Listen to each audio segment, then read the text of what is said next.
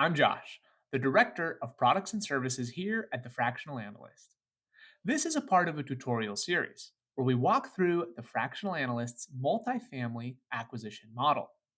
If you're interested in purchasing this model, or if you have any questions, you can reach out to us on one of our social media channels or by visiting thefractionalanalyst.com.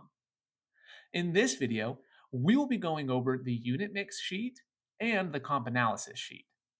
These two sheets help you efficiently see your property details and effectively set your rents and sales price. We'll first look at the unit mix sheet.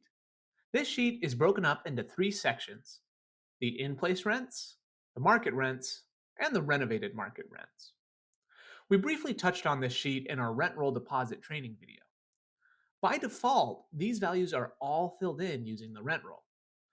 And in this specific example, we already have deposited a rent roll, and so the unit mix is populated. Although the sheet is completely populated by depositing a rent roll, if you want to adjust the rent roll information, or if you'd prefer to manually input the unit mix instead of depositing a rent roll, you can override all of these values. You can select your own floor plan names, bedroom and bathroom counts, unit count, number of units occupied, the square footage, and base rents. You can also adjust the market rent for non renovated units and the market rent for renovated units. If you do override these renovated market rents or any of the other values, you will unlink this sheet from the rent premiums on the renovations sheet or from the rent roll deposit sheet. So if those sheets are unlinked, changing the rent premiums on the renovation sheet or depositing a rent roll will not impact your cash flows. For our example, we'll just stick with the information pulled over from the rent roll. If you want to change the number of non-renovated units or renovated units, do this in the renovation tab, not in the unit mix tab. Below where the unit mix data is broken out by floor plans, there is a summary table showing the totals for the entire property and for each bedroom count. Now these three tables have a significant amount of information. So to focus on just the essential details, you can click on these number groups in the corner of the spreadsheet to focus on just the units you are using. If you don't want to see the unrelevant floor plans, you may need to group them yourself or manually hide the rows. By doing this, you also create a format which is much better suited for presentations. Now that we have seen our property's unit mix and rents, let's go to our comp analysis sheet, where we'll look at comparable rents and unit mixes.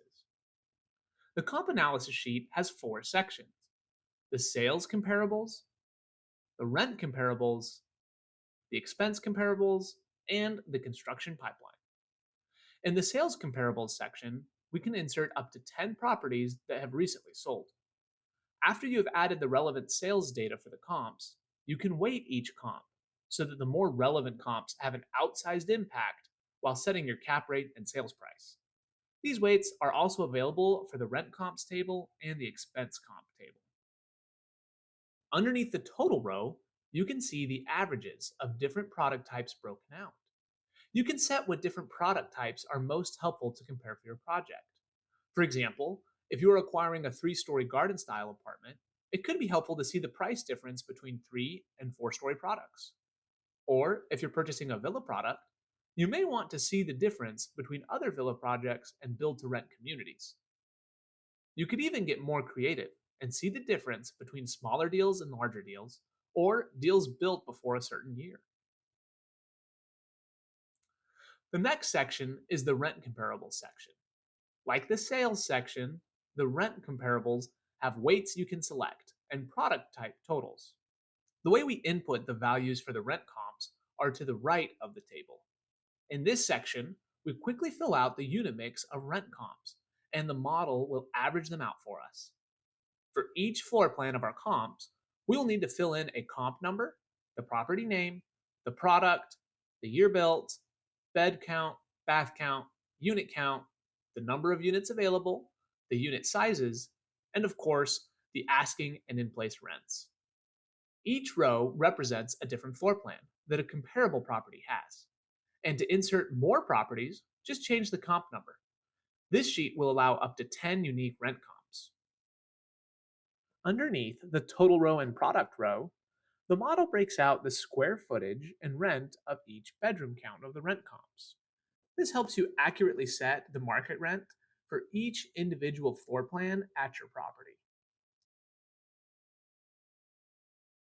The next section is the expense comparable section.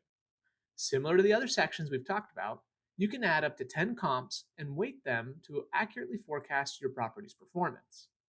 This section, of course, focuses on all the expenses that will be occurring during operations and calculates the total or median expenses for the comps you have selected based on the weights.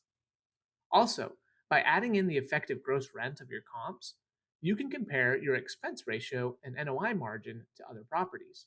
This provides a quick check to make sure your assumptions are in line with the market. The last section in this sheet is the construction pipeline table. This is a simple table helping you track upcoming supply in the market so that you can anticipate any changes in absorption. Many of our clients have expressed how useful this sheet is in helping them make accurate predictions. So we're excited for this sheet to make a positive difference in your underwriting. That's it for this video about the unit mix sheet and the comp analysis sheet.